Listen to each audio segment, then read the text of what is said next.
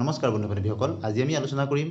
শিক্ষক নিযুক্তিৰ ক্ষেত্ৰত বিশেষকৈ এলপি আৰু ইউপিত L1 আৰু L2 প্ৰসংগ আপোনালোকে স্ক্ৰীনত যিখন দেখিছে এলপিৰ ক্ষেত্ৰত প্ৰকাশিত DW আসামৰ যিটো কন্ডিশন অফ ৰিক্ৰুটমেন্টৰ কাৰণে যিটো এডভাৰটাইজমেন্টৰ উল্লেখ আছে সেইটো আৰু এইখন আপোনালোকে দেখিছে বিটিসিৰ ফালৰ পৰা যিখন কন্ডিশন অফ ৰিক্ৰুটমেন্ট বিটিসিৰ এলপি প্ৰথমখন DW আসামৰ এইখন বিটিসি এলপি আৰু এইখন নিযুক্তিৰ পিছত office of the director of education কোকৰাঝাৰৰ ফালৰ পৰা দিয়া নটিফিকেশন কি ক্ষেত্ৰত ৰিজেকশন কৰা হৈছিল বা কি ক্ৰাইটেৰিয়া কৰা হৈছিল তিনিখন নটিফিকেশন আমি আলোচনা কৰিম প্ৰথমে আপোনালোকে স্ক্ৰীনত যিখন দেখিছে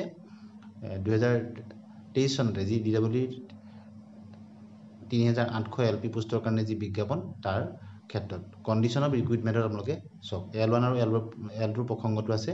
3 নম্বৰটো আপোনালোকে দেখিছে 3 নম্বৰ পইণ্টত আইদাৰ দি language 1 or the language 2 of the both ATET and CTET candidate shall match the medium of instruction of the school wherein the candidate wishes to apply. That clearly likha ase je language 1 অথবা language 2 এই আসাম টেটতে হক বা CTETতে হক তেও কি হ'ব লাগিব shall match the medium of the instruction অর্থাৎ language 1 বা language 2 তেও যিখন স্কুল লব যদি তেও আসামিজ মিডিয়াম লৈছে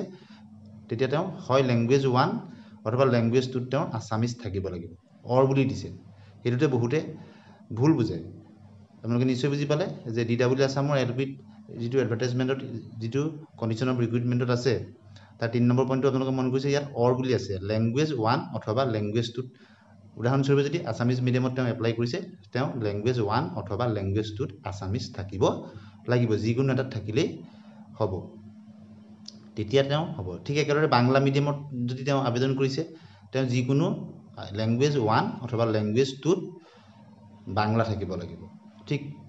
একেদৰে অন্যান্য ল্যাঙ্গুৱেজৰ ক্ষেত্ৰতো হ'ব ইয়াত অৰ বুলি দিছে যিকোনো এটা থাকিলেই হ'ব অৱশ্যে বহু ইংৰাজী মিডিয়ামত পঢ়া ছাত্ৰ ছাত্ৰী এতিয়া আসামিজ মিডিয়ামত তেওঁলোকে আবেদন কৰিছে তেওঁলোকৰ ক্ষেত্ৰত ল্যাঙ্গুৱেজ 1 আৰু ল্যাঙ্গুৱেজ 2 তেওঁলোকে CTETত দি পাস কৰিছে তেওঁলোকৰ ধৰি লওক আসামিজটো আছে কিন্তু তেনে ক্ষেত্ৰত আৰু এটা বস্তু চোৱা হয় যে মেট্ৰিক বা SSLC লেভেলত যদি আসামিজ মিডিয়ামত এপ্লাই কৰিছে তেও আসামিজ এজ এ সাবজেক্ট আছে নে নাই এই কথাটো কিন্তু চাই যিকোনো মিডিয়ামত যদি বাংলাত হেই কৈছে তেও আসামিজটো তেও সাবজেক্টত আছে নে নাই SSLC লেভেলত এই কথাটো কিন্তু চাই কেৱল CTET বা ইয়াত যদি উল্লেখ কৰা নাই এই কথাটো কিন্তু চাই তেতিয়া তেনে ক্ষেত্ৰত যদি পাৰ্টিজনৰ CTETত তেও ঠিকই আছে ল্যাঙ্গুৱেজ 1 বা ল্যাঙ্গুৱেজ 2 আসামিজটো আছে কিন্তু যদি ক্লাস তেও SSLC লেভেললৈকে তেও এটা সাবজেক্ট হিচাপত আসামিজত তেও এপ্লাই কৰিছে আসামিজটো নাথাকে তেও কিন্তু চাকৰিটো নাপাব কিন্তু তেনে ক্ষেত্ৰত বহু প্ৰাৰ্থী কি কৰে যিসকল ইংলিশ মিডিয়ামত পঢ়া অসম সাহিত্য সভাৰ পৰা এটা কোৰ্স কৰিব পাৰি সেই কোৰ্সটো কৰে তেওঁলোকে ডিপ্লোমা কোৰ্স আসামিজ ল্যাঙ্গুৱেজৰ তেতিয়া তেওঁলোকক হেতু আগৰ নিযুক্তি বিলাকত যিসকলৰ তেনেকুৱা হৈছে যিসকলৰ SSLC লেভেলত তেওঁলোকৰ আসামিজটো নাই তেওঁলোকে সেই অসম সাহিত্য সভাৰ পৰা তেওঁলোকে যিটো কোৰ্স কৰা সকলক কিন্তু তেওঁলোকক নিযুক্তি দিছে ঠিক একেদৰে বাংলাৰ ক্ষেত্ৰতো ঠিক তেনে ধৰণৰ হ'ব পাৰে কিন্তু আসামিজ মিডিয়ামৰ কথাটো মই উদাহৰণ দিলো অন্যান্য হেতু আপোনালোকে নিশ্চয় ল্যাঙ্গুৱেজ 1 আৰু ল্যাঙ্গুৱেজ 2 নিশ্চয় বুজি পালে DW আসামৰ ক্ষেত্ৰত এইখন হল ইয়াত অলপ কথাটো বেলেগ ধৰণে উল্লেখ আছে DW আসামৰ কে এই BTCৰ যি LP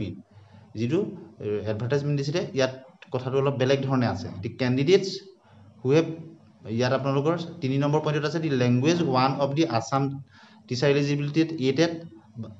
অথবা CTET অথবা BTC টেটত কি হ'ব লাগিব candidate shall match the medium of the school medium to মিলিব লাগিব wherein candidate wishes to apply যত আবেদন কৰিব বিচাৰিছে as for example ইয়াৰ উদাহৰণটা দি দিছে a candidate wishes to apply in an Assamese medium school এখন অসমীয়া মাধ্যমত যদি তেওঁ আবেদন কৰিব বিচাৰিছে the candidate must have Assamese language 1 in Assam tet অৰ্থাৎ ইয়াত স্পষ্টকৈ কৈছে যে ল্যাঙ্গুৱেজ 1 তে থাকিব লাগিব DW আসামত যিকোনো এটা থাকিব লাগিব কিন্তু BTC LP এডভাৰটাইজমেন্টত স্পষ্টকৈ উল্লেখ কৰিছে যে ল্যাঙ্গুৱেজ 1 ত তেওঁ যিটোত আবেদন কৰিছে হেতু থাকিব লাগিব যদি বড়োত কৰিছে তেওঁ বড়ো ল্যাঙ্গুৱেজত থাকিব লাগিব আসামিজত যদি তেওঁ আবেদন কৰিছে আসামিজ ল্যাঙ্গুৱেজ 1 ত থাকিব লাগিব যিকোনো এটা থাকিলে নহব সেই কাৰণে এই পিছৰ যিখন নটিফিকেশনৰ মতে বহুতে তেওঁলোকে ভাল নম্বৰ থাকিও নাপালে এই কথাটো আপোনালোকে বুজি পালে গতিকে ইয়াৰ কথাটো অলপ বেলেগ ধৰণে উল্লেখ আছে Likewise, for the Bodo as a Bodo language school, candidate must have Bodo as a language 1. অর্থাৎ বড়ো মিডিয়ামৰ কাৰণে তেওঁ বড়ো ল্যাঙ্গুৱেজ 1 ত থাকিব লাগিব 2 ত থাকিলে নহব আপোনালোকে নিশ্চয় বুজি পালে ইয়াত যিটো বিটিচি এলপিৰ এডভাৰটাইজমেণ্টত কথাটো বেলেগ ধৰণে উল্লেখ আছে ইয়াত ক্লিয়াৰলি উল্লেখ আছে যে লেংগুৱেজ 1 এটা থাকিব লাগিব যিটো তেওঁ মিডিয়ামত ইনষ্ট্ৰাকশ্যনৰ কাৰণে আবেদন কৰিব বিচাৰিছে ইয়াত ক্লিয়াৰলি উল্লেখ আছে সেইকাৰণে ইয়াত লেংগুৱেজ 1 বা লেংগুৱেজ 2 নহয় ইয়াত এন বুলি নাই অৰ বুলি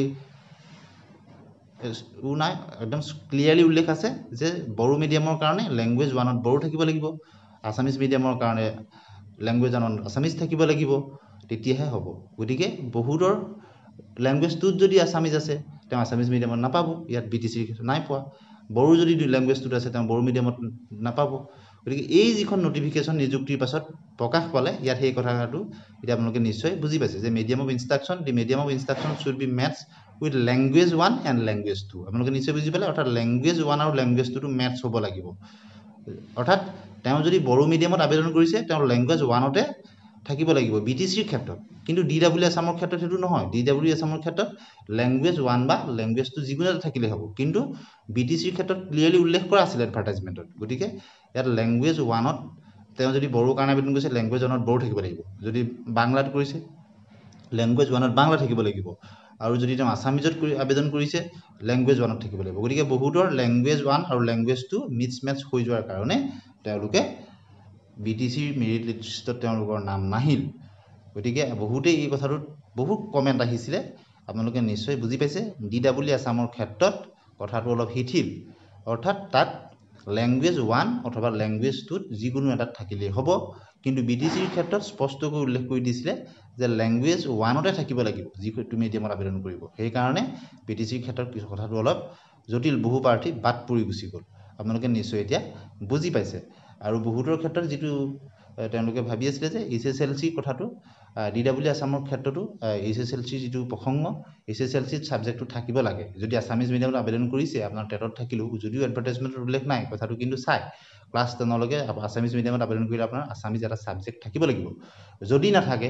তেতিয়া আপোনাৰ সাহিত্য সভাৰ যদি সেই ডিপ্ল'মাখন থাকে তেতিয়াও তেওঁলোকে